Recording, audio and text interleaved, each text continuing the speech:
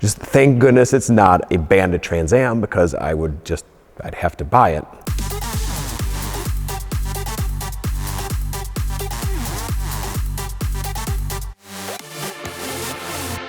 My neighbor growing up had a '77 black Trans Am, and I'd always look out the window at it and watch this guy waxing it, and it's just such a timeless car. Even today, the lines of the cars just look fantastic.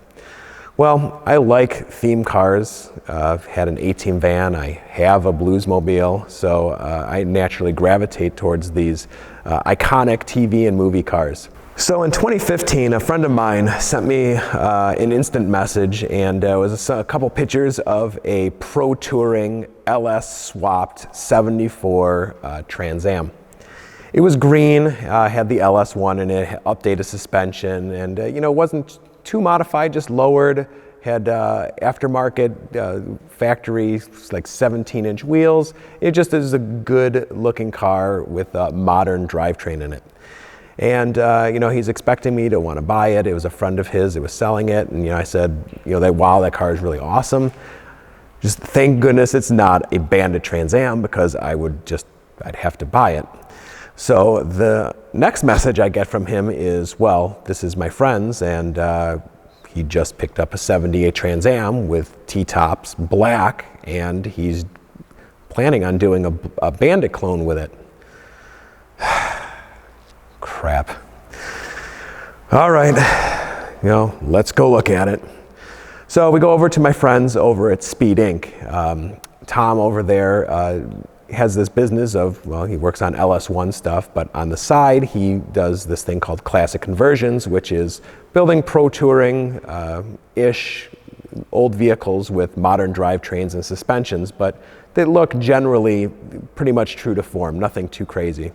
So I go and look at this car. It was a car that was bought from an estate. A guy was restoring it, and it passed away. So it had the Pontiac motor in it, and it was painted, but it wasn't perfect, and he was planning to redo the car.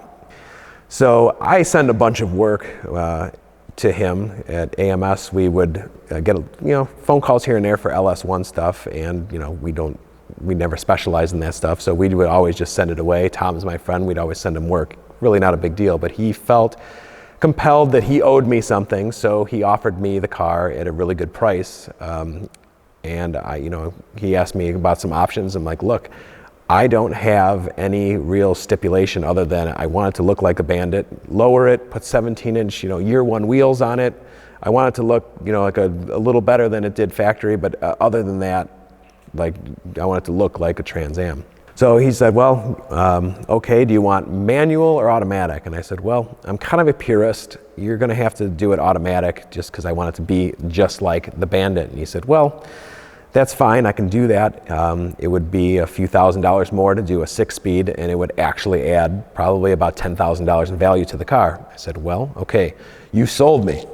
As long as I get a Hurst T shifter, a nice T shifter, I could live with that. So that was really all the stipulation I had. So he chose an LS3 with hand-ported heads and a mild cam. We did the T56 6-speed, lowered the car 1.5 inches. So over the course of the year, he built this car. But the one thing I told him is it has to be built in total secrecy, because one of the things I used to like to do at AMS was to surprise the guys with a theme car. I did it with the A-Team van, I did it with a Bluesmobile. I would build these cars, get dressed up as a character, and just show up at random company functions all of a sudden in some crazy car. And the reason I wanted to keep this one secret is every year we would do a thing called Redneck Fest. And the shop manager had a little farmette out in the west suburbs of Chicago, about 3 or 4 acres, and we would go out there and have kind of a redneck good time.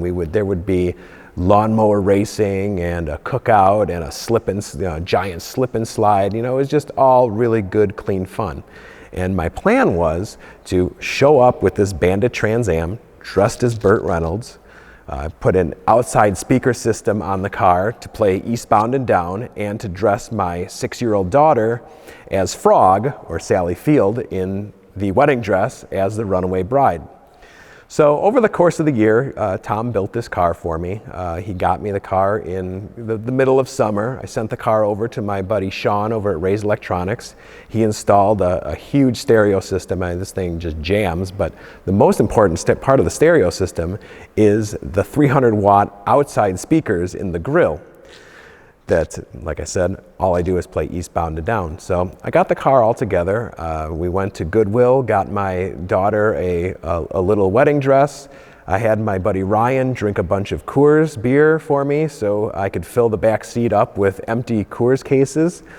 And I proceeded to go to this party. So I showed up kind of late because I wanted to make sure that everybody was there. I had cameras on the car. I had one guy that knew I was showing up that was going to film my entrance, and I pulled into this party jamming Eastbound and Down with my 6-year-old daughter dressed as Frog, and made a really grand entrance, and the guys just loved it because they just never know what I would do. And this was probably the biggest undertaking I had because I had never built a pro touring car just to make some people laugh, but that's what I did.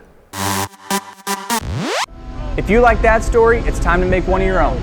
Extreme Experience puts you in the driver's seat of some of the world's best supercars at over 20 racetracks coast to coast, with no speed limits, no shifting restrictions, and no governors.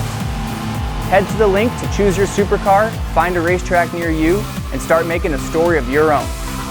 Extreme Experience. It's your turn.